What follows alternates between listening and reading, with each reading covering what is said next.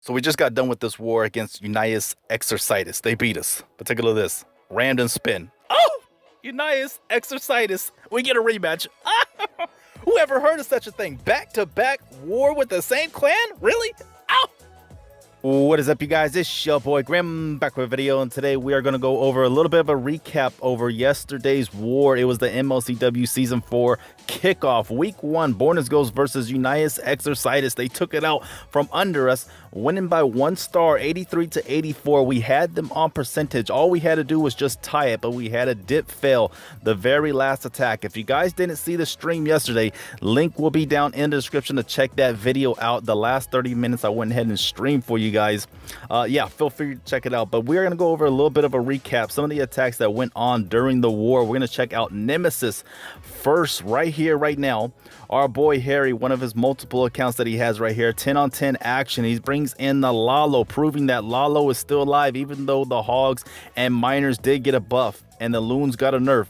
Nemesis coming in here with the Lalo. Now notice this is a very common Town Hall 10, having all the ADs pushed to one side, but he uses the King over there at the 12 to funnel for the Queen, breaking in at the 12, going to get to 2 ADs, those 2 cannons, and an Expo. So a major part of defense for an air raid is the ADs and the Expo. So he uses the Queen to take out the 2 ADs right there. All there's left is just 2 more and then 2 Expos.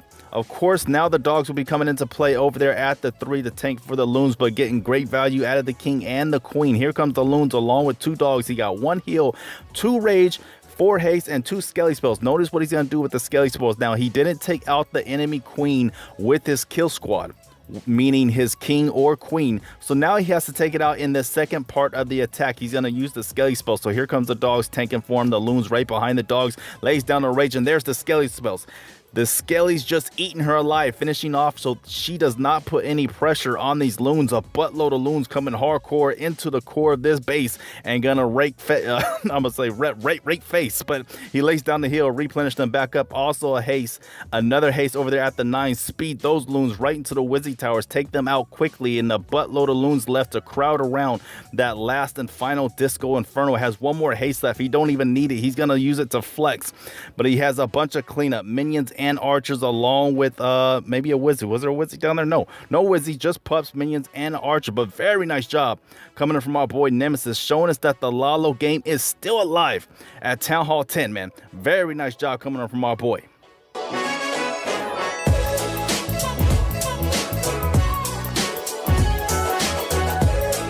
All right, this one coming in from Indominus Rex. He comes in with the Mass Miner, man. So a couple of videos ago, I did a Mass Miner 10-on-10 action. Some of you did not care for it so much because it is a spammy attack. It's kind of spammy and very simple. You basically just got to set the funnel for your miners, laying down the King, Queen, King on one side, Queen on the other, and just pour the miners into the core. So as you can see, he lays down a few minions over here just to soften up some of that trash.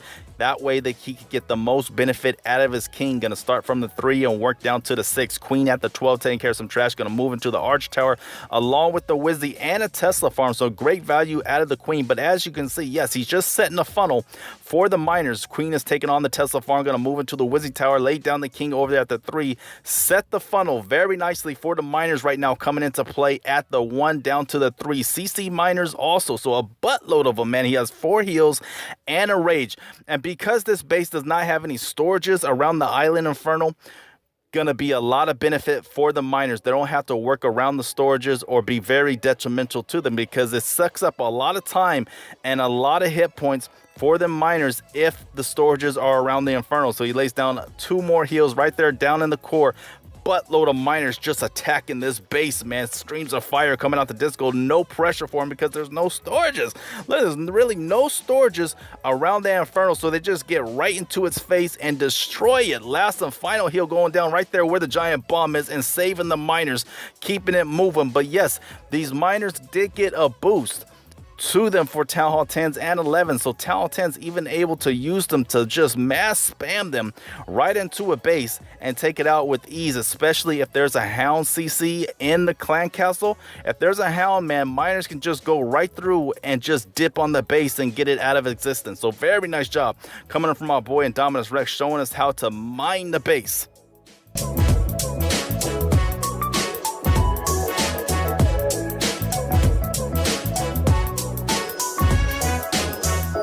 All right, this one coming from Miss Steel, a queen walk hog attack. Now, if you saw a couple of videos ago on my channel, I did sort of a tutorial of how to do a queen walk. Once you laying down your queen with the helix right behind her, you got to lay down some troops to cut the path off. In this case, Miss Steel lays down a baby dragon right there, getting great value out of him, able to cut the path of the queen because she wants her to go down south towards the 6. So she got to lay down some troops over here up top to the right to cut that path off. That will make the queen go down south, laying down a rage to amp up the healing factor.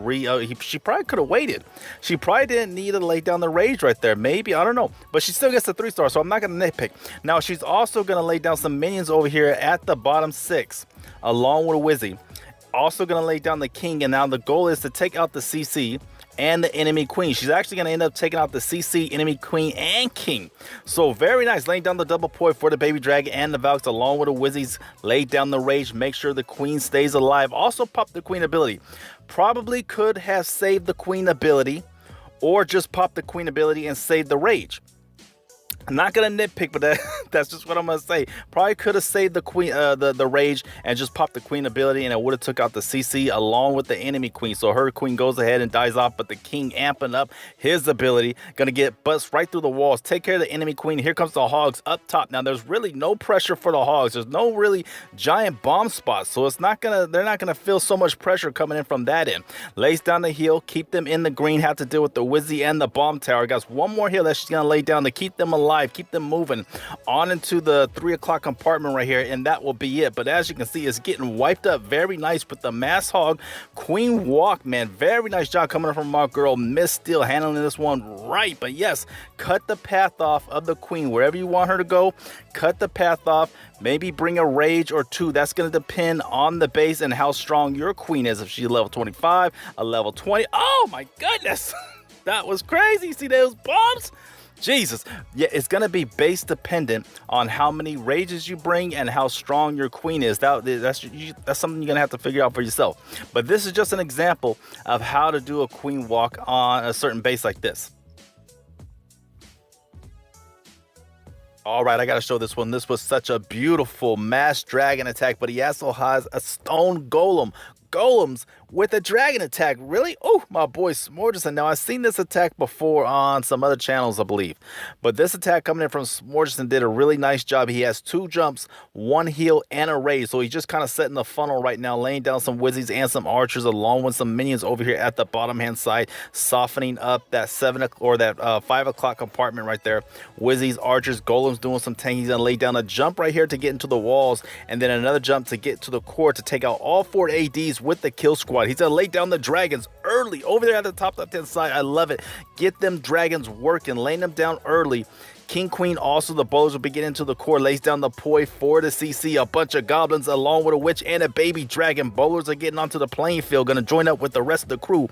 But dragons over there at the top left-hand side already laying down that hot, nasty, stank breath onto the base. And they are going to thump it in, man. Lays down a heal to keep this kill squad replenished. Laying down the rage. And look at these bowlers throwing in rocks. Able to reach these ADs and take them out. But my favorite part of this raid will be coming up here soon enough. So queen staying behind, sniping away, and then the king along with the bowlers taking the forefront. Man, those 3 golems doing some nice tanking. Look at this though. Here at the 6 o'clock, he has a skelly spell, lays it down to take care of the last AD. Oh, I love it, man. Super sexy, that little skelly spell along with 1 rock. Man, the bowlers, whoa, those rocks are being thrown. The skelly spell along with the bowlers throwing the rocks, able to take out that last and final AD before it thumps in the drag. So this was just a beautiful attack coming from our boy. Really well thought out and planned, executed very nicely coming in from this boy. Oh!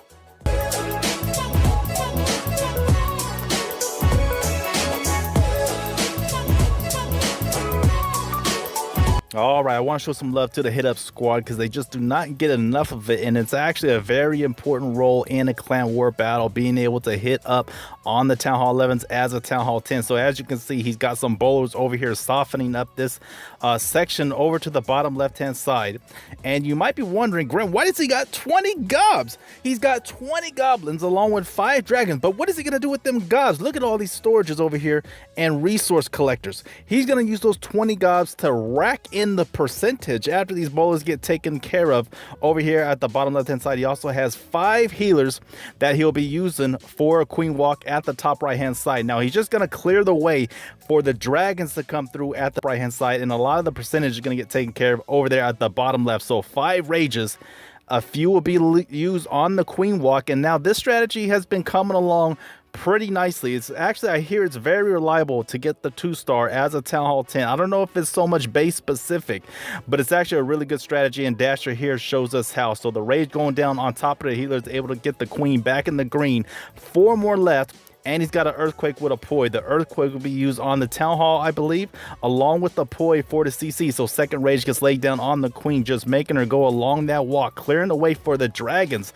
And as you will see, the dragons will go right to the Town Hall once she's done taking out all this trash. But keep an eye on the bottom left hand side for the king and the goblins be taking out those resource collectors. So here's a baby dragon taking out the archer tower. Very smart, making sure that trash gets taken care of. There comes the king right there.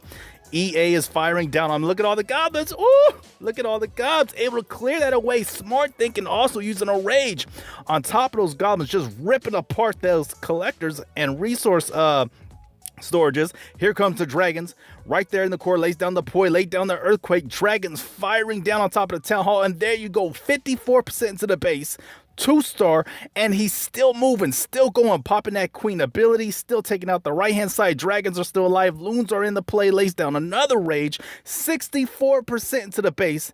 This boy Dasher just ripped this one right apart, man. 67. Oh man, oh man, very nice attack coming in from our boy Dasher. Now I want to show you another hit up coming in from another guy, Lalo, but just an absolute beauty coming in from our boy Dasher right here. All right, so this boy Lalo came in with a beautiful hit up. Now notice he's gonna lay down a haste over here and drop maybe 5 or 6 loons. Haste gets laid down, lays down 3 right there, another 2 or 3 right there. Gonna zoom right into the mortar, take out one arch tower and an AD. That's gonna free up some space, able to drop a mini on top of that dark elixir storage, and that's free percentage. Now, as you may know, if you are a Town Hall 10, every troop counts, every percent counts towards that 2-star is what you need, man. So he's gonna drop down a golem over here at the bottom hand side along with some bowlers. Oh, he dropped all 8 loons over there. Okay, my bad. He dropped all 8 loons over there at the 3, able to free up that space. Queen over there towards the right, gonna let her walk, rack up some percentage, and also set a funnel for the king and the Valk. So golem getting laid down. He has 1 more left in the bag, and he's just gonna delay it a little bit, let this first golem take the brunt of the damage. Second one coming in fresh along with some bowlers and a giant. CC comes out the castle, nothing but a hound and a loon. Gonna lay down the poi for the loon. Bowlers throwing those rocks, racking up more percentage. Now take a look at this. He has 4 quakes.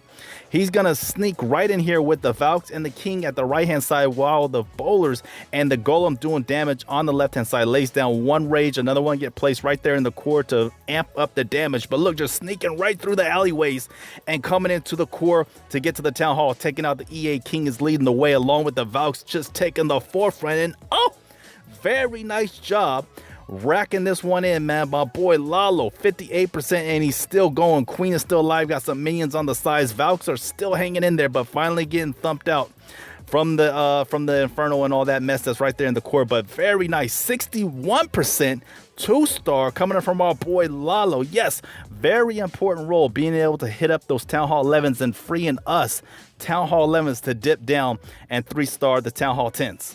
So there you have it. Once again, Unius Exercitus coming out with the win, 83-84. And as you saw from the intro, we're going to get a second chance. We're going to get a rematch with these guys. Oh, that was crazy. We just finished the Week 1 MLCW Season 4 matchup with these guys, and we matched them in a random spin. Man, I can't believe it. Very nice. But yeah, shout out to Unius, man. Was a great and epic war. Very close. If you guys want to check out the live video of the last 30 minutes of the war, feel free. Link will be down in the description. But yes, stay tuned for the next one. Next week we'll be facing, I forget the clan that we're facing. I thought it was Ask You Something, but it might not be. I'll have to check up on that. Stay tuned for that. Stay flexing, my boys.